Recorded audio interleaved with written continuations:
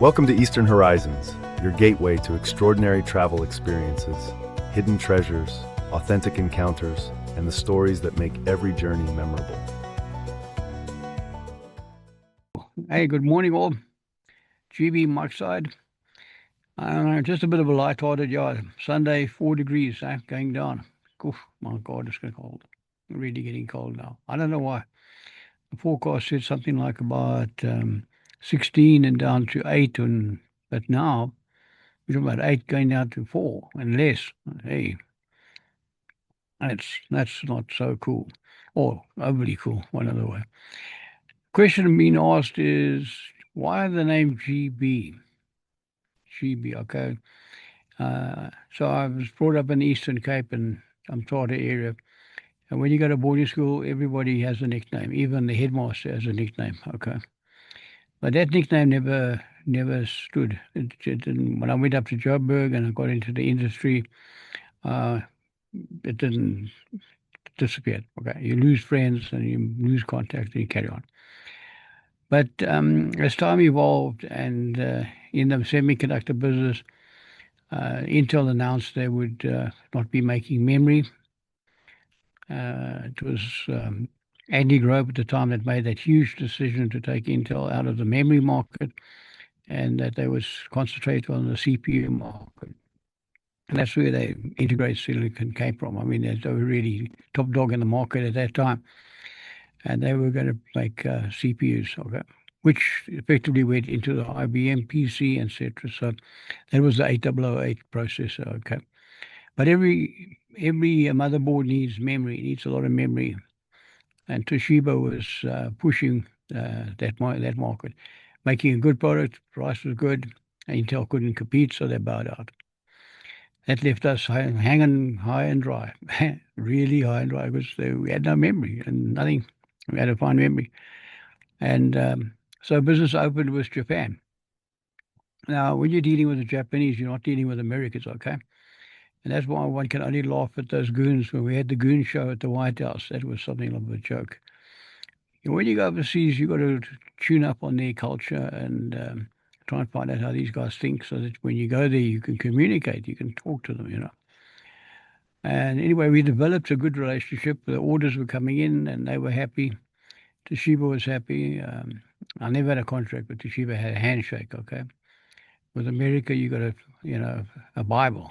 And that Bible is all the good reasons why you can break it. I don't know, the Japs are just different. They were totally different folk, okay? And two things happened. When I sent my telexes, I'd put the name Garthbrook and all that at the bottom. And now you must remember the Japanese can't speak that clear in English, okay? And when you talk to them, they sort of like they slur your words, and they aware of that. For them, the word Garth is like no, it's not something that's going to happen. So I went to, okay, before I left for Tokyo, I took the family for lunch at Santon City. We always did traditional. I hate flying, hated it. Oh, God, it's terrible. And I always thought I'd never come back. So let me take the family out for the Last Supper or something like that. I mean, some doomsday story, okay? Nevertheless, I was walking around and I had to buy a gift for these guys. I had to buy something. And I walked past and there were these ostrich eggs. So I thought, oh, let me take a couple of ostrich eggs. I'll hand them over and tell them all about ostriches. Okay, cool. So I buy six ostrich eggs, not the painted ones, just the plain ones. And then I shopped around. I got some rings, those wooden rings that you use for curtain rings, and that'll be the stand. Put it on the table. GB, there you go. You can, or whatever. Anyway, so they fly over to Japan, and we had an agent over there, Kita, because you deal through an agent, okay? He's like part of the Toshiba family kind of thing. And anyway, so I gave him the eggs and I said, here we are. So here's a gift from South Africa. And, thank you for doing business with us. And we really appreciate it and all that. Thank you. Thank you, GB. And I thought, hello, GB. Why? Because the bottom of the test was gospel. And they've derived a way of communicating with me. and they call me GB. That's how it worked. And I had to explain the ostrich eggs, and that took a good like half day. And I kind of think he visualized these huge dinosaur-style birds flying over Africa, laying huge eggs and eating babies, and I don't know what was going through his mind, but he was kept on sort of referring to this Africa type of, and they kind of saw us as going right in the primitive times. Needless to say, I got the story right. Eventually, I think I did get it right. And it was marvelous to watch it because the eggs, the 6 eggs, okay, they went to different people within Toshiba, and it took my name up uh, the ladder of hierarchy, I suppose you call it. Okay, our orders are small by world standards, but you got to sell what you can, eh? I mean, really, you're working against all odds.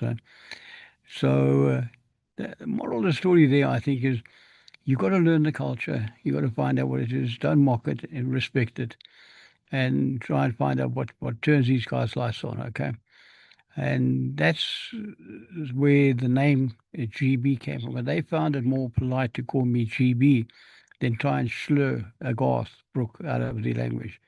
And example of that was at the bottom of the order where I'd put in delivery. I wouldn't put in there 4 to 6 weeks or anything. I just put the ASAP, which meant as soon as possible. Okay, because that was, I mean, the memory market was shouting, and we were shipping parts like you can't believe. I mean, you only had to get up out of bed in the morning to make money. It was ridiculous. And I put the ASAP. And when we sat down at the end of the week I was there, we pulled out our order book. So we sit down, we got to get place orders when we want stock. And we got guys in Toshiba that are shouting, they want to see some orders and so on.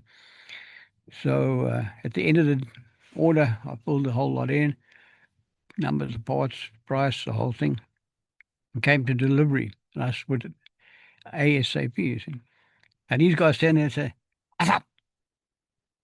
And that's where they came up with this word ASAP. Again, they didn't want to pronounce A soon as possible. So they derived their own little name for it called ASAP. And it was so appropriate because delivery is ASAP.